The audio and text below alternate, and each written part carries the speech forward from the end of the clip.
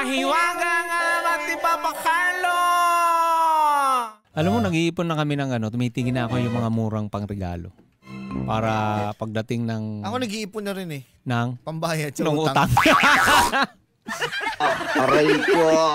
Kayo na ako mausap dito, ha? Wala eh. Masarap, bigyan yung mga bata. Nakakatawa lang. Yan yung isa sa mga mahirap pingilan, ang magbigay. Nung magbigay, no? Tama, magbigay. Pag ang Pilipino, may sobra. Misa kahit wala, magbibigay. Magbibigay pa rin, no? Nangungutang pa nga eh. Oo. Para lang mabigyan. Oo. Yan ang isa sa mga ugaling. Meron ka ba nangungutang ka?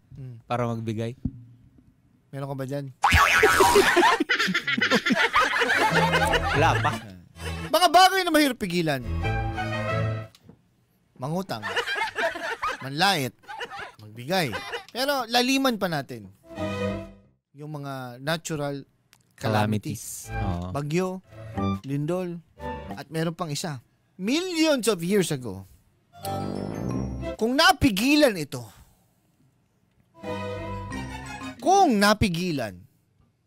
ang pagbagsak nitong mga ito, abay may dinosaur pa. Ano yun, yung kagwapuhan? Nagpasabog yung Diyos ng kagwapuhan. Nakapayong ako. Aray ko. Nakapayong? Hindi ka naambunan. Ba't ka nagpayong? Kung hindi napigilan ito,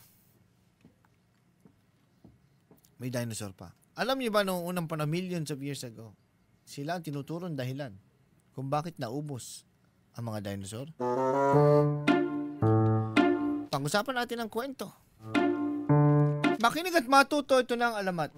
Pag nakita mo ito, sabi ng mga matatanda, uy, mag-wish ka. Alam niyo kung ano yun? Uy, mag-wish ka.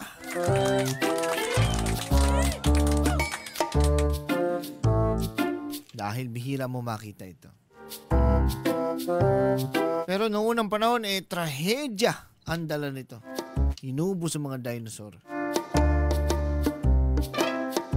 Dahil hindi mo siya mapipigilan ng pagbagsak nito.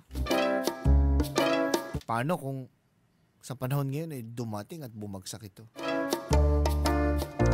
Pag-usapan natin ang alamat. Saan ba galing ito? Bakit bigla na lang bumabagsak to? Pwede ba talaga mag-wish?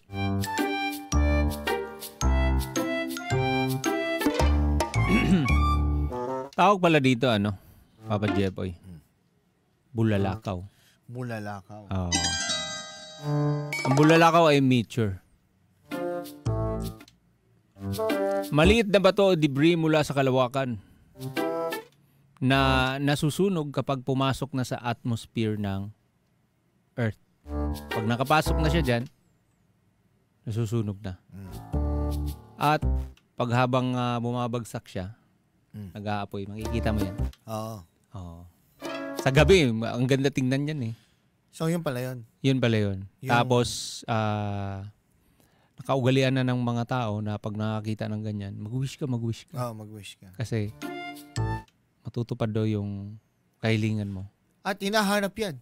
Yung mga meteor niya yan. Kung saan bumagsak. Dahil ginagawang anting-anting. Yung pinakauna niyan, nung bumagsak yan, 4 yan eh. Pagbagsak 4 dun sa garden. Parang kilala ko kung sino yung bumagsak na yan. Ha? Ang kagwapo. Pogi. Kilala ko kung sino yan. Sino yan? Ha? May bandana, no? Meron. Ha? Meron? Kilala mo rin pala. Kilala mo rin pala. May bandana, no? Ang popogi. Ano, may bandana? Meron. Nasa pinakaharapan yung may bandana. Oo. Tapos may isang babae. Bumagsak yun? Bumagsak.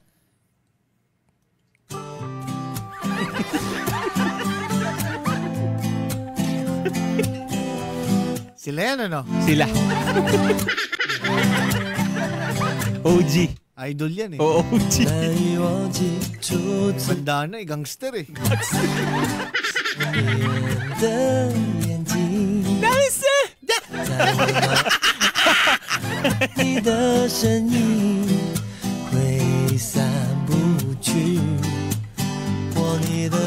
panahon, sa langit ay may mga bituin na para bang mga bantay ng gabi.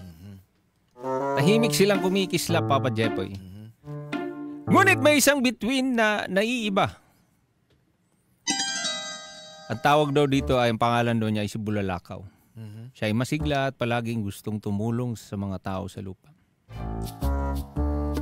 Araw-araw, pinagmamasdan ni Bulalakaw ang mga tao. At nakikita niya ang kanilang mga pangarap, luha at pagdarasal.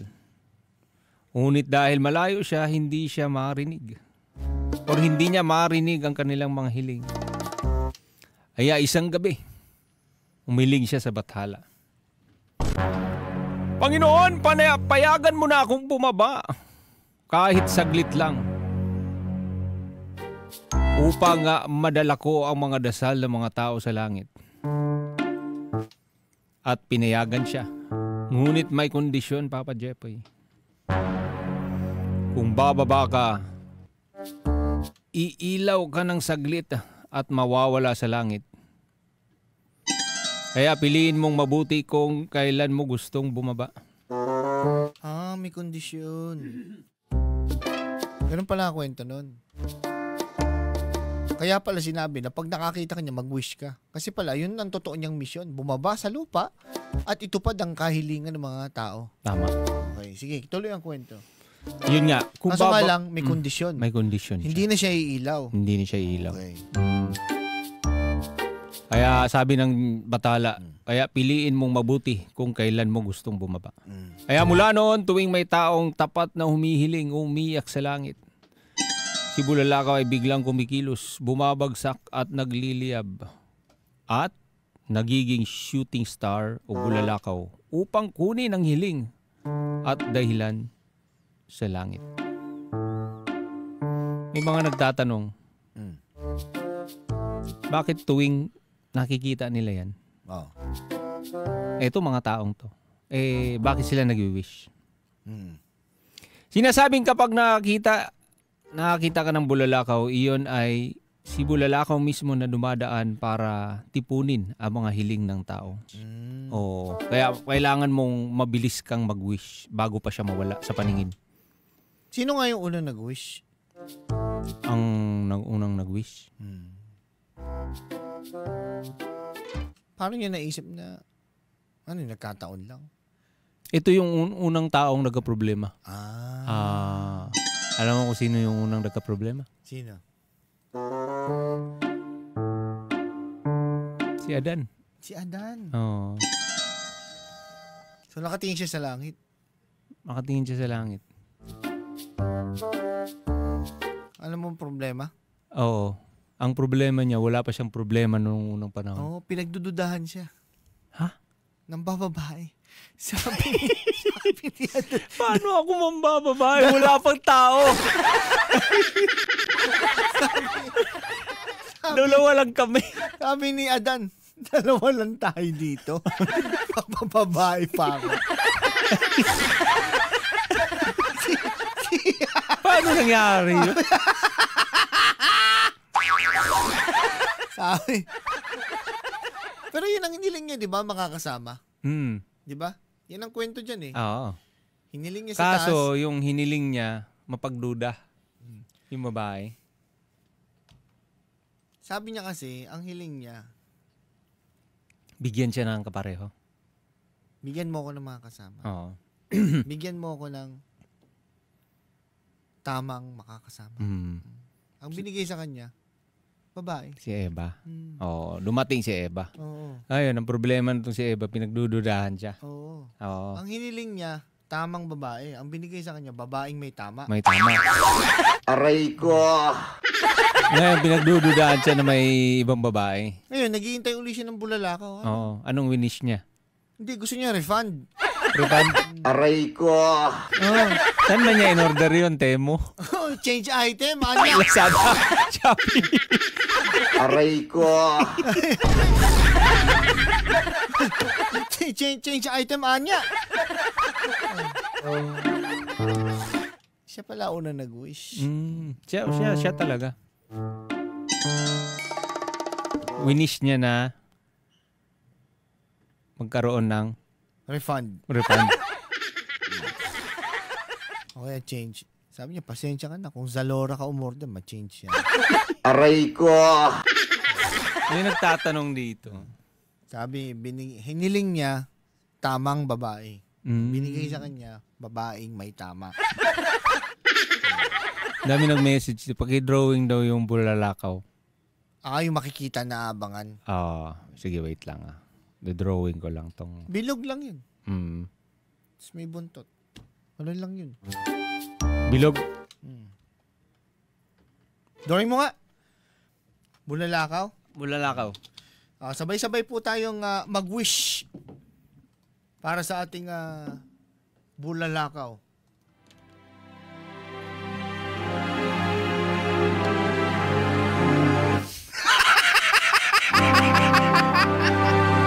Ganda ng drawing ko, malinaw yan. Bilog nga! Bilog! Napakaganda ng drawing ko. Hindi ang bulalakaw! Bakit? Ano to? Buwakaw yan! Buwakaw ba to? Aray ko. Yan ang isa pa sa pinakamahirap pigilan ng taong buwakaw. Aray ko. Hindi ang bulalakaw! Ba't ganyan yung logo mo? Ha? Parang tingin mo piki. Nabili to sa Cartimar eh.